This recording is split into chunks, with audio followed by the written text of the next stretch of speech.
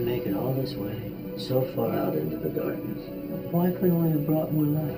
The Expanse is about the most important moment in human history.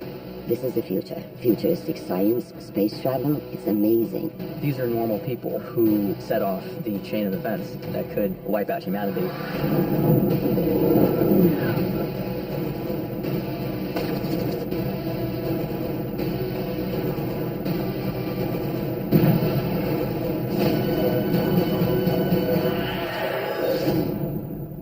Savage, gentleman scientist, former mythbuster, and super fan of The Expanse. Here comes the juice.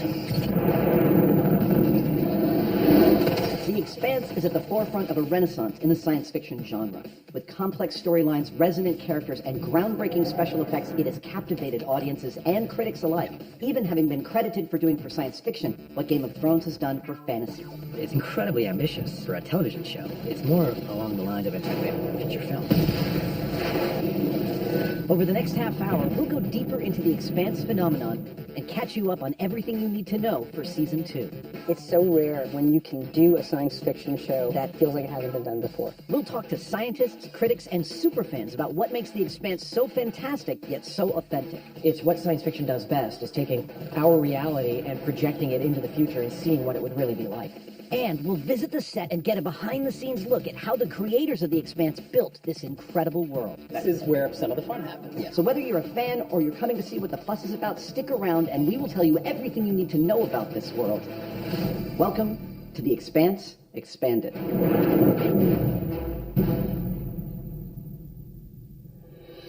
Ladies and gentlemen, please welcome the cast of The Expanse.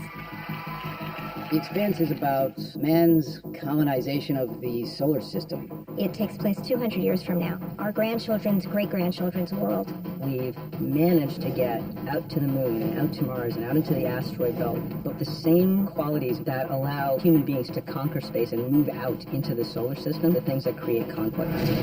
The Expanse is a show about people fighting for control. It's about power. Like a lot of great shows, that's what it's about power. And everyone grabbing for it. Yes, it's set in space, but essentially it is a story about the people and the characters. Based on an award-winning book series, The Expanse is one of the most critically acclaimed shows in years. There's been a lot of talk about peak TV and what is peak TV. To me, it's big, bold storytelling, and that's exactly what The Expanse is. It's not just eye candy, it's brain candy. I think it's actually the beginning of a new era of science fiction. It's like Battlestar Galactica, but bigger. If you're a science fiction fan, then this is your Game of Thrones, where you have characters in these events that are just, they're epic. Just because a show is science fiction doesn't mean it isn't about a lot of bigger issues. The Expanse has a lot of political elements to it. There's a lot of different components that make it really compelling on an episode-by-episode basis, but also create a larger portrait that's essentially creating a whole world. The universe of The Expanse is populated with a diverse set of characters who become fan favorites. I love the cast. I think they did such a great job. There's so much diversity. The cast reflects a multiracial society that we can expect looking forward to in the future. You want women characters who are strong? You have Naomi, you have Julie Mao, you have the Vasarala. You wish to hurt Earth, the Earth that is now crushing your fragile blood and bones. The producers of The Expanse have gone to great lengths to present a realistic vision of space travel. The Expanse does a great job of plausibly depicting what a future might look like as we venture out into the solar system. The science is right on the money. All of this stuff about asteroid mining, spaceships, battles is done so well. It's totally different than anything on TV right now. The production values are off the charts with this show. The Expanse is a really unique universe. It feels like people really committed time and resources into building the world. There's so much care put into it. The set design, costuming, props. You've got to not just build it, but you've also got to paint it and weather it and beat it up to tell the whole story of its entire existence. Yeah, everything's got a history. The future is dirty, and it's messy, and it's human. This is a very personal perspective of very grand events. Ships get destroyed. People are at the brink of war. This is a really ambitious thing to have taken on. When our viewers watch episodes, they are going to have the full cinematic experience. I've worked 35 years and have seen a lot of films. Haven't seen anything like this. All right, old fans, new fans, strap yourselves in. It's time to experience everything you need to know about Season 1. Be gentle with me. It's my first time. The Expanse takes place a few hundred years in the future. It's about man's first steps in colonizing the solar system. Earth, Mars, Earth, we are all interconnected, whether we like it or not. The United Nations now governs Earth and the Moon. Earth is a bit of a grim spot. It's got 30 billion people on it. The ice caps have melted. It's still a force to be reckoned with. It can't be ignored, but it's an empire in decline. You will do anything to win. Earth must come first.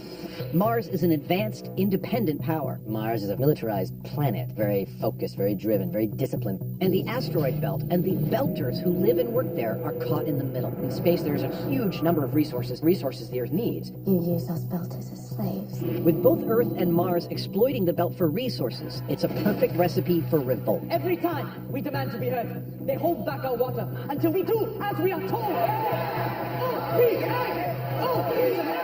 Enter the Outer Planetary Alliance, an organization fighting for belter rights. The Belters serve the inner planets for generations. Belters give, Earth and Mars take. Fred is trying to legitimize the LPA. Fred understands that terrorist-like tactics is just not the way to go.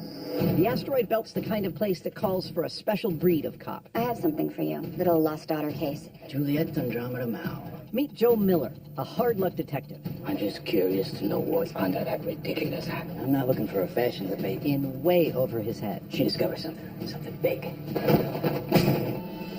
Despite all the conflict in the solar system, some people just want to do their jobs. When we first meet Holden is self-involved, he's kind of a slacker. He has run from every real responsibility. But for Jim Holden and his ragtag crew of ice haulers, Here we are, one big happy unit. that's all about to change. Torpedo launch!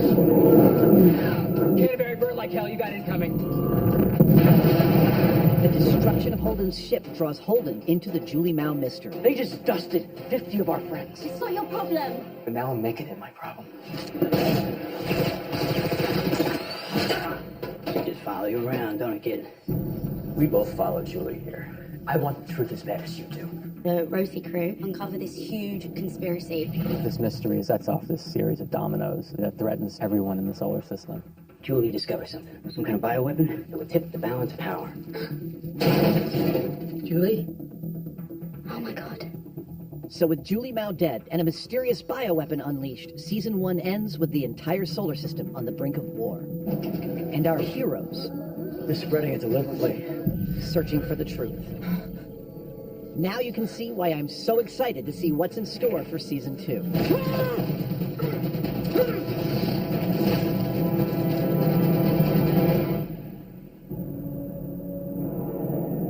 Belters work the docks, loading and unloading precious cargo. We fix the pipes and filters that keep this rock living and breathing. We Belters toil and suffer. Welcome to Ganymede, or more specifically, an ice tunnel carved into the heart of Ganymede. And while this does look like a really awesome science fiction set, it may in fact end up being true that the best way to extract value from the nutrient-rich asteroids in our solar system is to pour them out and pressurize those tunnels. It may be that the people who do that work, the grunts on the ground, may end up being called belters. And this is just what makes The Expanse so compelling, how it relates the future to our present. How the struggles and political implications its characters face are simply reflections of our own society. I think it's an interesting exploration, like a lot of good sci-fi is, of our current times. We're still fighting the same fights over territory, over resources, over water. There are elements about the way the future is portrayed that's incredibly realistic.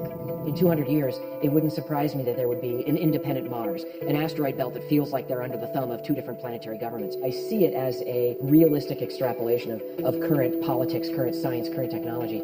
The seeds for the colonization portrayed in the show are being planted right now. We're trying to go to Mars because we think that is the most logical place in the solar system to create a new home for humanity.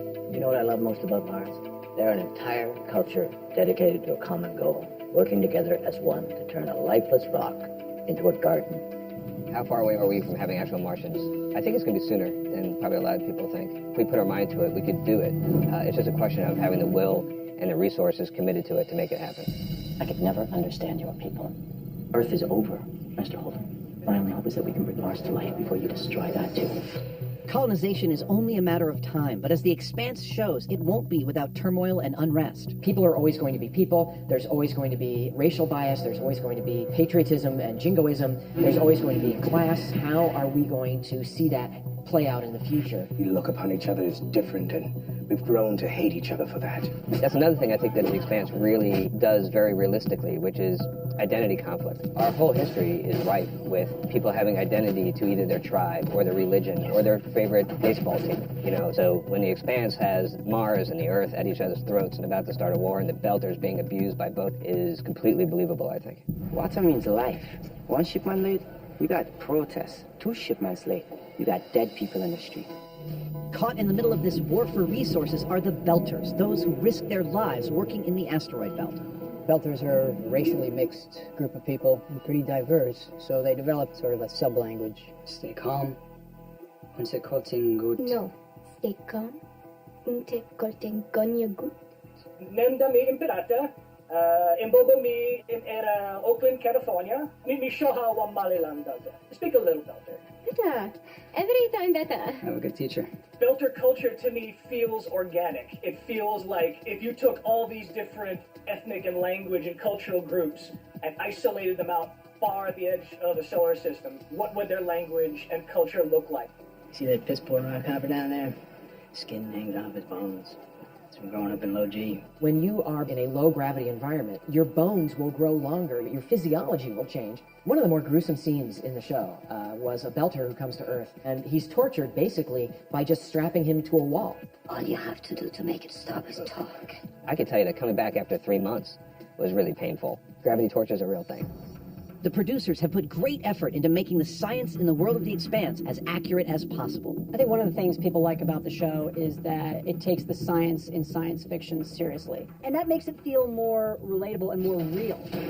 We have spent a lot of time talking about spin gravity and thrust gravity and actual gravity. We had a choreographer in the beginning of first season.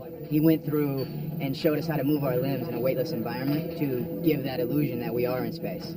This will be a high-G maneuver. Prepare for flip and burn. The one scene that really blew me away was when they were doing their first flip and burn. If you're in space and you want to go in a different direction, you don't just bank like an airplane turning in the air. There's no air in space. You basically turn your ship, point your drive in the opposite direction you want to go, and you push.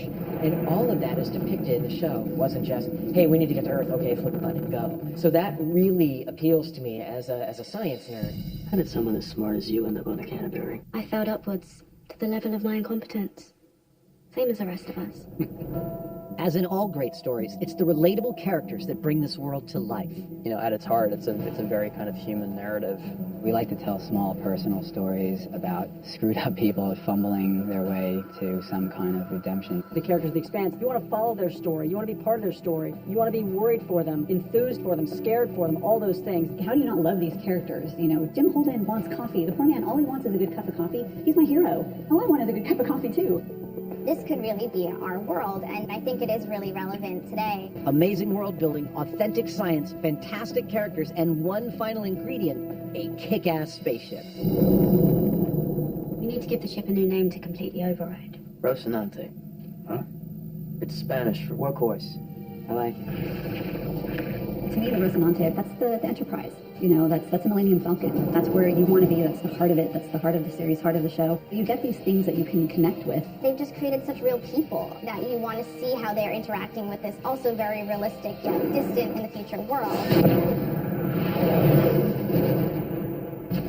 Creating a realistic window into the future takes meticulously crafted special effects, and the effects on The Expanse are some of the most innovative and complex in any show on television. Let's pull back the curtain and see what it takes to create their vision of a possible future. The Expanse has a lot of action and a lot of great digital effects, terrific spaceship battles.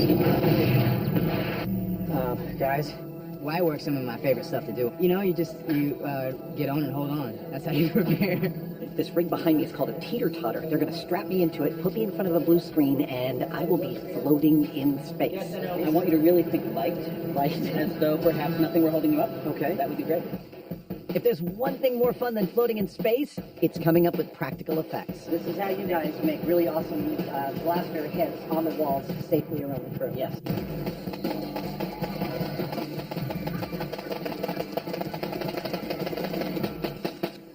That is just as much fun as you imagined it was. Being a science fiction show, The Expanse is heavy in the special effects. Everything that's not done on set or practically is done here in post-production. In post-production, we have everything from visual effects to editorial. We have all the kind of stuff that you put on the screen after we've shot. I don't know if I'm allowed to look at it. I'm probably totally not allowed to look at it. Even though The Expanse boasts some of the biggest sets on television, it's not always enough. To truly represent the massive interior of Tycho Station, visual effects artists had to create a digital set extension. Starting with a shot of the actors in front of a blue screen, the grayscale extension is added. Texture, lighting, and color correction is added to the layers to bring Tycho to life. All right, I'm looking at the surface of a planet. Is it Mars? It is Mars. Excellent. Good guess. The challenge for season 2 is creating a realistic Mars environment. That's our digital Bobby Draper running along here, and of course everything else is digital. And then we transition into the live environment with the live Bobby Draper. Right. So our transition is there. Jeez, this crew is having so much fun with the material, with each other, with the actors. It's kind of intoxicating to be on this set because everyone's really having fun, and so did I. Well, that is just about it. After spending several days witnessing the hard work and dedication that goes into making this show, as well as the passion and love that the people who make it put into it, it is really no mystery why it has so captivated critics and fans. Thanks for joining us.